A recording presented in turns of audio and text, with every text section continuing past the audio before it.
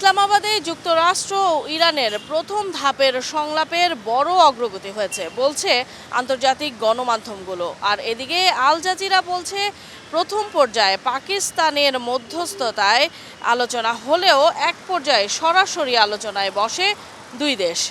কিন্তু এই বিষয়টি কিভাবে দেখছেন সাধারণ মানুষ, আমাদের কথার আজকের বিষয় এই নিয়েই। দর্শক সবাইকে স্বাগত জানাচ্ছি এটিএন নিউজের নিয়মিত আয়োজন আমাদের কথার আজকের পর্বে। আপনাদের সাথে আছি আমি সাদিয়া ন্যান্সি।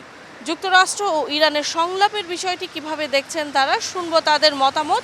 তবে মূল আয়োজনে যাওয়ার আগে চলুন দেখে আসি এ বিষয়ে এটিএন নিউজের প্রচারিত একটি প্রতিবেদন।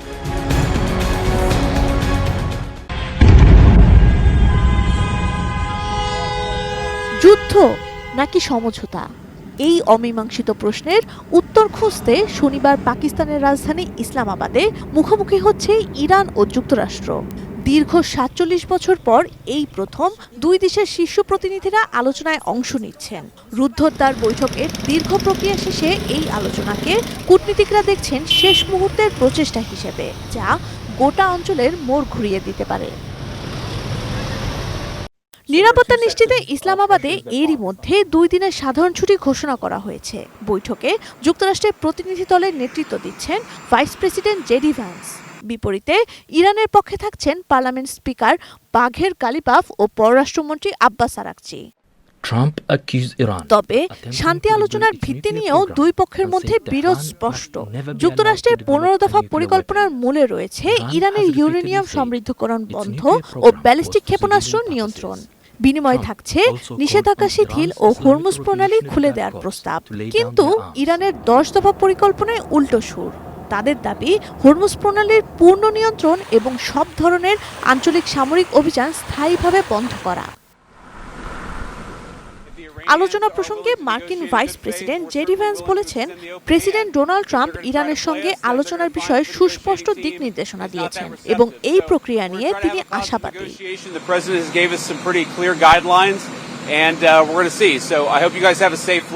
তবে ইরানের উপপররাষ্ট্রমন্ত্রী সাইদ খাতিবজাদে কিছুটা কঠোর সুরে বলেছেন, এমন যুদ্ধবিরতি তারা চায় না যা শত্রুকে আবার হামলা করার সুযোগ দেয়।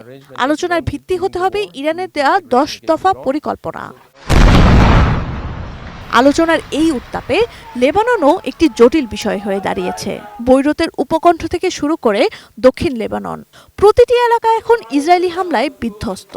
সবখানেই এখন মৃত্যুর নিস্তব্ধতা, হাজারো মানুষের বাস্তুচ্যুতি আর প্রতিদিনের লাশের মিছিল এই শান্তি আলোচনাকে এক প্রকার চাপের মুখে দাঁড় করিয়েছে। শনিবারের এই আলোচনাকে ঘিরে বিশ্বজুড়ে তৈরি হয়েছে ব্যাপক কৌতূহল। ইরান যুক্তরাষ্ট্র কি শান্তির পথে হাঁটবে, নাকি মধ্যপ্রাচ্যকে আরও দীর্ঘমেয়াদী সংকটের দিকে ঠেলে দিবে? Sanjida Sylvia, desk report, ATN news. দর্শক এতক্ষণ দেখছিলেন আমাদের কথার আজকের বিষয় নিয়ে এটিএন নিউজের প্রচারিত প্রতিবেদনটি। চলুন এবার চলে যাই মূল আয়োজনে, দেখে আসি এ বিষয়ে কি বলছেন সাধারণ মানুষ। সংলাপে বসলে অবশ্যই যদি কোনো ভালো মতামত আসে দুই দেশের পক্ষ থেকে, দুই দেশ যদি সমঝোতায় আসে, তাহলে সারা বিশ্বের জন্যই ভালো। ঠিক আছে, দেখা গেছে আমরা কোনো দেশে যদি যুদ্ধ হয় স্বাভাবিক, তাহলে আমাদের সব কিছুর দিক থেকেই একটা ক্রাইসিসের মধ্যে পড়তে হয়। ঠিক আছে, সেটা হোক জ্বালানি, হোক খাদ্যদ্রব্য, হোক পণ্য, সকল কিছুর দিক থেকেই।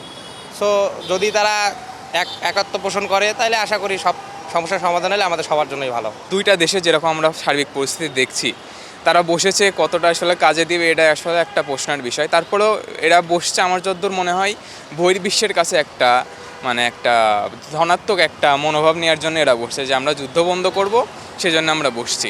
কিন্তু আসলে এটা কতটা কার্যকর হবে সেটা আমি আসলে আশাবাদী না। আমাদের উচিত হচ্ছে এই জিনিসটা আসলে বন্ধ করা, পুরো বিশ্বের কথা মাথায় রেখেই আমাদের উচিত এই যুদ্ধটা বিরতি রাখা, এবং দুই পক্ষেরই উচিত কিছু একটা কনসিডারেশন করে, দুইজনেরই উচিত কিছু সমঝোতা করা। দুই দল মিলে সমঝোতা হোক এবং বসুক বৈঠকে বৈশা, যদি আর যুদ্ধ না হয় বা সামনে দেশে দেশে মিল মহব্বত হয়, এরকম কিছু চাচ্ছি। এই যুদ্ধের কারণে শুধু তাদের যে ক্ষতি হচ্ছে এমনটা না, ক্ষতিগুলো আমাদেরও হচ্ছে, আমাদের পাশের যেসব দেশগুলো আছে সেগুলোতেও হচ্ছে। এখন তাই আমরা চাই যাতে যুদ্ধ বিরতি দেওয়া হোক এবং সব কিছু ঠিকঠাক করা হোক। যুদ্ধতে মানুষ অনেক ক্ষয়ক্ষতি হয়, মারা যায়, এগুলা কোনোভাবেই কাম্য নয়। সংলাপে বসে একটা সবার দাবি দাওয়া মেনে নিয়ে যাতে যুদ্ধটা বন্ধ হয়ে যায় আর যেন কখনো না হয়। মধ্যপ্রাচ্যে ইরান এবং মার্কিন মদতপুষ্ট ইসরায়েলের মধ্যে টানা 40 দিন যুদ্ধ চলার পর পাকিস্তানের মধ্যস্থতায় 2 সপ্তাহের যুদ্ধবিরতি চলছে। এই যুদ্ধের স্থায়ী সমাধানের জন্য যুক্তরাষ্ট্র এবং ইরানের মধ্যে বিগত 47 বছরের মধ্যে এটি হচ্ছে সর্বোচ্চ পর্যায়ের বৈঠক। এ বিষয়ে জানবো সাধারণ মানুষের কথা। দর্শক, আমি মাজহারুল ইসলাম মাসুম আমাদের কথার আজকের পর্বে গাজীপুর থেকে নিয়ে যাচ্ছি সাধারণ মানুষের কাছে। পাকিস্তানের ইসলামাবাদে যে যুদ্ধবিরতির আলোচনা চলছে, আমরা চাই যে এই আলোচনার মাধ্যমে এটা অবসান হোক এবং পরবর্তী সময়ে যেন এই যুদ্ধ আবার না হয়। বাংলাদেশি প্রবাসী যারা আছে অনেকে সেখানে অবস্থান করছে, তারা রক্তক্ষয়ী যুদ্ধে মাঝে পড়েছে, তারা নিহত হয়েছে। মানে আমরা দেখতে পাচ্ছি যে এখন পাকিস্তানে তাদের একটা বৈঠক বসছে। আমরা চাই শান্তিপূর্ণভাবে বৈঠকটা সম্পূর্ণ হোক এবং যুদ্ধবিরতি ঘোষণা হোক। পাকিস্তানে যে আলোচনাটা হচ্ছে সেখানে কিন্তু যুক্তরাষ্ট্রের সাথে যারা জড়িত এবং ইরানের সাথে যারা সম্পৃক্ত, বিশেষ করে আমরা এখানে বলবো যে চীনকে, রাশিয়াকে, জার্মানিকে এবং যুক্তরাজ্য এবং ফ্রান্সকে যুক্ত করা উচিত। পাশাপাশি সৌদি আরবকে, মিশরকে যুক্ত করা উচিত। তাহলে হবে কি, একটা ভালো আলোচনা হবে। এই যুদ্ধ শুধুমাত্র ইরান, ইসরায়েল বা মার্কিন যুক্তরাষ্ট্রের বিষয় নয়, এর প্রভাব ছড়িয়ে পড়েছে সারা পৃথিবীতে। তো আমাদের মতন গরিব দেশগুলোতে জনজীবনে যে ভয়াবহ সংকট তৈরি হয়েছে, এটার উত্তরণ ঘটবে, এটাই আমরা চাই। মধ্যপ্রাচ্যের বর্তমান যুদ্ধ পরিস্থিতি ও আঞ্চলিক উত্তেজনা কমিয়ে আনার লক্ষ্যে শনিবার থেকে পাকিস্তানের রাজধানী ইসলামাবাদে একটি হোটেলে যুক্তরাষ্ট্র ও ইরানের শীর্ষ নেতৃবৃন্দদের মধ্যে গুরুত্বপূর্ণ শান্তি আলোচনা শুরু হয়েছে। দর্শক, এটিএন নিউজের নিয়মিত আয়োজন আমাদের কথার আজকের বিষয় ইরান যুক্তরাষ্ট্রের আলোচনা চলছে। মুন্সিগঞ্জ থেকে সঙ্গে আছি আমি ভবতোষ চৌধুরী নুপুর। চলুন শুনে আসি এই বিষয় নিয়ে সাধারণ মানুষের কথা। কোনো যুদ্ধই কাম্য না। আমরা চাই শান্তি, সম্প্রীতি, ভালোবাসা। যুদ্ধের কারণে পৃথিবীর আমাদের মতো যে অর্থনৈতিকভাবে একটু কম স্বাবলম্বী দেশগুলো যে ক্ষতি হচ্ছে, এটা কোনোভাবেই কাম্য না। আমরা চাই শান্তি ফিরে আসুক। এই শান্তি বৈঠকের মাধ্যমে সারা পৃথিবীতে শান্তির বার্তা ছড়িয়ে পড়ুক। ইতিমধ্যে আমরা কিন্তু আমাদের দেশে জ্বালানির একটা সংকট দেখতে পাচ্ছি। শুধু আমাদের দেশে না, বিশ্বের বিভিন্ন দেশে এরকম সংকট দেখা দিচ্ছে। শুধু যে জ্বালানি তাই না, খাদ্যের উপর একটা সংকট দেখা দিবে। তো আমি চাই একজন সাধারণ নাগরিক হিসেবে এই যুদ্ধ থেমে যাক এবং বিশ্বের মানুষ শান্তিতে বসবাস করুক।